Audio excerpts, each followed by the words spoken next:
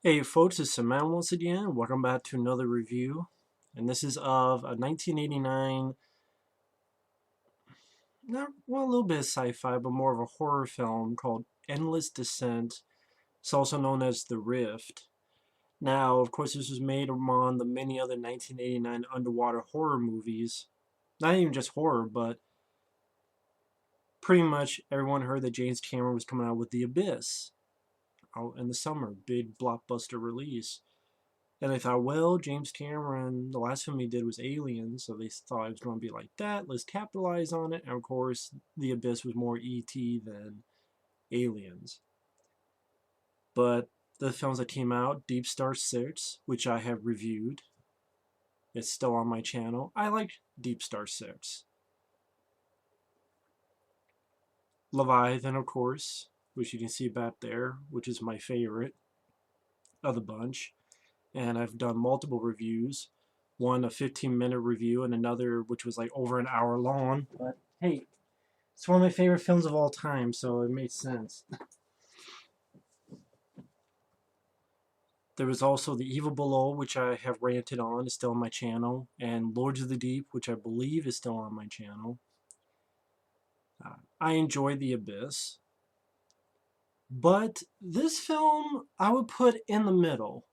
Like The Evil Below, Lords of the Deep, those are pieces of shit. Leviathan's my favorite. I enjoy DeepStar Six and The Abyss. This one, I don't think is nowhere near The Abyss, DeepStar Six, or Leviathan status, but it's nowhere near as shitty as Lords of the Deep and Even Below. It's directed by the same guy that did Pieces. I believe he did a film called Slugs. Could be wrong. And this is one of those films that I thought was a fun time waster. At least in the second half, when the rubber monsters and the very gory, over the top bloodshed happens. First half is kind of boring, tedious, slow, but it's still less than 80 minutes long, so it's not too bad. Stars this guy named Jas Scalia. Now, Jas Scalia, I think he's done better acting. Later on, he would what was it, T-Force, The Silencers, and Dark Breed were some of the PM Entertainment films he starred in, and I thought he did a much better job in those. I liked those films. I even reviewed T-Force. Dark Breed I enjoy. I just didn't care for the sequel bait ending, but The Silencers, I remember liking that one. And again, I thought Josh Daly did a better job in that. Here, I thought he was pretty bad. Pretty awful, to be honest, as the lead, which doesn't help matters. Like, even Deep Star 6, I think the leads in that were much better. I mean, I believe the lead actress was in the Dolph Lundgren film The Punisher. And I think the lead guy is Greg Evigan, I believe is his name. I thought they were even better than Jas Scalia because a very nice guy, Cecil, or Good Bad Flicks reviewed the film and he liked Jas Scalia in the role, but I know he compared him to like Snake Plissken and Eastwood, like trying to do that type of thing. What he reminded me of is Jas Scalia was doing sort of like a bad Jeff Fahey. Of course, some people would say Jeff Fahey is bad, but I like Jeff Fahey as an actor, especially in films like Body Parts. That's a very underrated movie. But at times it sounded like Jas Scalia, who has this weird, like, perm hair, and I swear sometimes it's like he's trying to channel Jeff Fahey. It's probably just me. But I mean, the story, he designed the sub that the government pretty much comes up and says, hey, you designed it, it fucked up, it was named Siren 1, we're saying another sub named Siren 2, and he's like, no, it didn't fuck up, you guys added all this shit on there, it's not my fault, Tuff Titty, you going out there, and the captain is Ermey. I like Ermey, Full Metal Jacket, and so forth. The Texas Chainsaw Massacre remake and prequel. The Navigator is actually, I always fuck up her name, Ellie Pugot, the lead girl in Death Machine, which is a film I reviewed and I really enjoy much more than this film. You have the African American comic relief guy. You have Ray Wise, who's been in a few films like Swamp Thing, Jeepers Creepers 2. If you look at Ray Wise, he's been in quite a few other stuff. He does fine as a guy who you find out is a traitor. And pretty much they go on the sub, and oh yeah, there's also this female lieutenant who had a thing with Jascalia. And this female lieutenant, she's like one of the leads, but she barely has any screen time to matter. I mean, the girl from the Death Machine has more screen time, and in the third act, she's actually shooting some motherfuckers, which I'll get to, some motherfucking creatures, like a badass, and she just dragged away like it's nothing, and the lieutenant female lives. I'm like, she was nothing. She was a pile of bones sitting on a fucking sub that no one gave a shit about, including their lead, and she was barely in the movie. I mean, again, the girl for Death Machine had more screen time. She should have been the one that lived. That would have been interesting. I know I sound like I'm ranting on it. It's one of those films, though, that because it was such a short film, and even in the first half, it's pretty much them in the sub, pretty cheap looking sub model. So cheap that it made me stutter. It's like, oh, it's cheap. And again, Jess Gallia has some really stiff acting.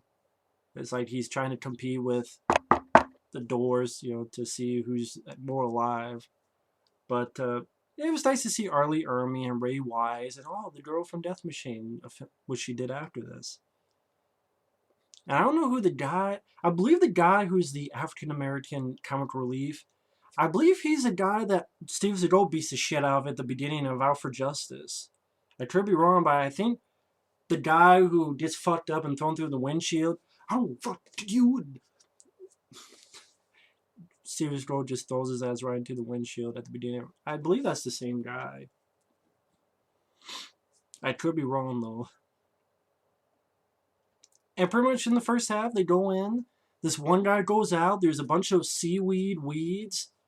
And I don't really get how he dies because I guess the weeds are like getting him and he's screaming. All of a sudden there's blood and then he's dead. And then later on this white thing, I don't know what the fuck it is. Just like this like just white thing comes up, grabs the sub. They look at something, there's an eyeball. They shock it, they go somewhere, they land, they go somewhere else, they come up. And so for the first half, this is a pretty damn boring film, and the lead isn't that good. But the second half is much better. When they finally land in sort of this cavern system, it just is used to see some fun gore. And granted, nowadays I need more than fun gore. But I guess maybe I'm being lenient on this film because it's a film that doesn't even have a DVD release. It's a film that gets like a 4.3, which I can understand why it gets that. This is not like Stephen King's Graveyard Shift, which I love to death and will defend and say the 4.7 on to be it has is total bullshit. Here, I can understand why it has that. But I don't know, just the last half has a bit of charm to it. There's these creatures and the holes in the wall that comes out and bites a guy. And again, the girl from Death Machine, she's a badass, shooting some nice blowing up of these creatures' heads, and nice gore when they explode. One guy gets bit, and it's one of these things where you find out that there's a lab under there in this cavern, and they were doing stuff with mutations. So when you get bit, you're starting to mutate. So one of the people get bit, and their body's rippling, and the woman has to blow the head up, and nice, again, a very gory head explosion.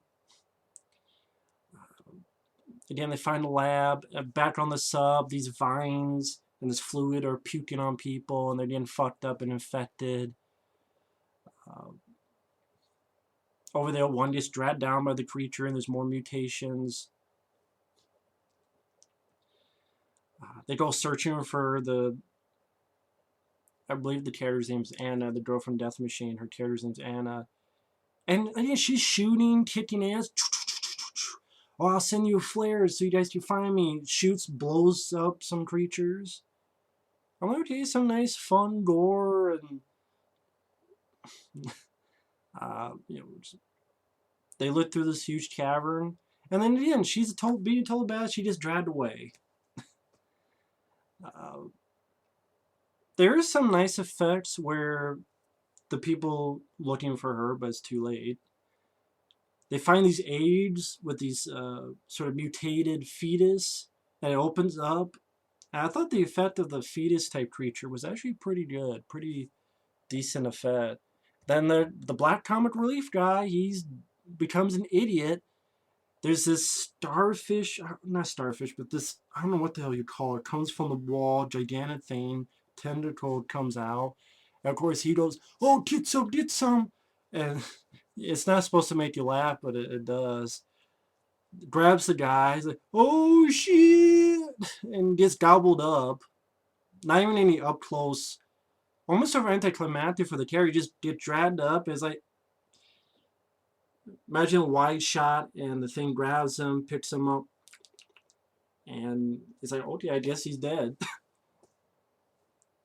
Ermey shoots some tanks nearby, explosion, and now all this left is the female lieutenant who barely have seen, don't give a fuck about, Jastalia doing his bad impression of Jeff Fahey, and Ermey comes on board. Ray Wise is still there on the sub. He's a traitor. Get rid of the evidence. There's a scuffle. Ermey rubs Ray Wise's face against this infected thing. Not even really a satisfying death with him because he just pounds on the door. You see there's a little bit of green muck on him, but not like a great effect shot of him being melted to pieces or exploding or anything like that. So, not too satisfying. Ermey has to stay behind because he's infected. And you see this little thing pulsing on his wrist.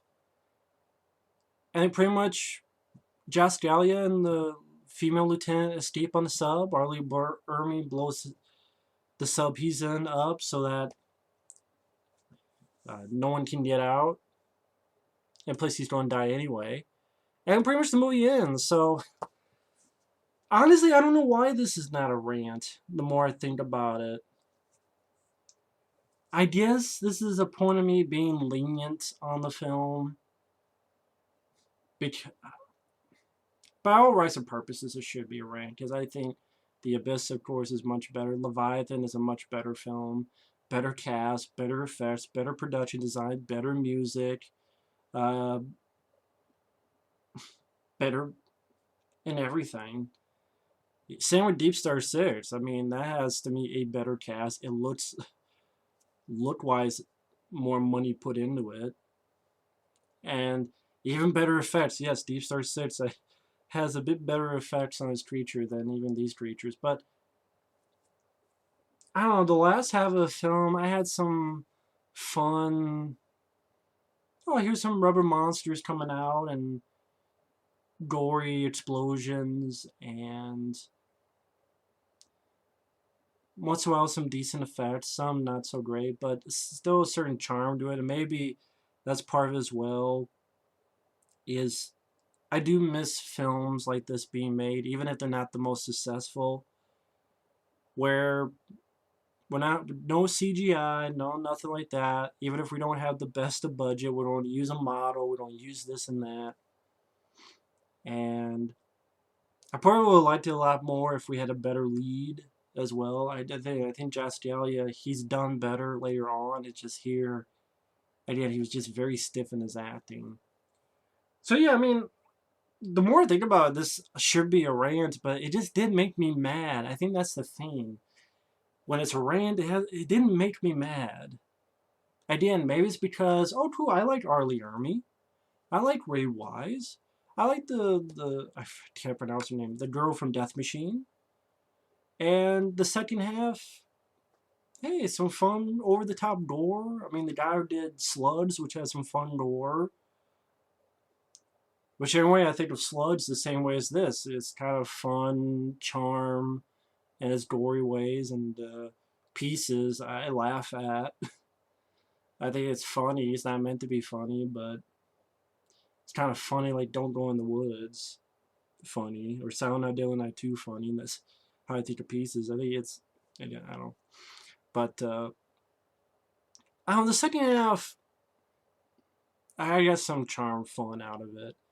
But it's one of those things that I can't and would not defend. I'll defend Stephen King's Graveyard Shift. I'll defend Volcano, which I just reviewed. I'll defend Shocker, Maximum Overdrive. I'll defend a lot of movies. This Leviathan, I'll defend a lot. This, no. 4.3, I'm fine with that on IMDb. But it's just, it didn't make me mad. It didn't piss me off. And the second half of the film, I thought, was definitely better than the first half of the film. The first half was just pretty boring, uneventful, unexciting. It's just,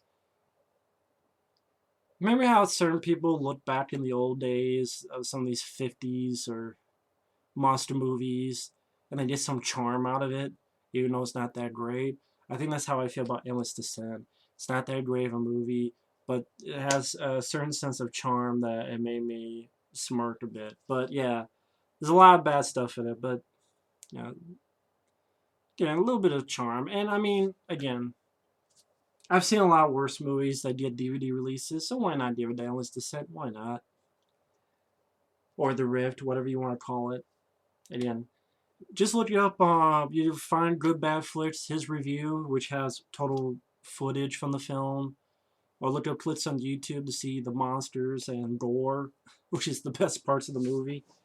But again, I've seen much worse, and I figure since I reviewed all those other ones before in 1989, why not? I should have a review of this up there as well. So now I do. I know there's a very good guy who's a big fan of this movie, and there's nothing wrong with that. But anyway, thanks for watching. Take care, and stay tuned for more reviews later.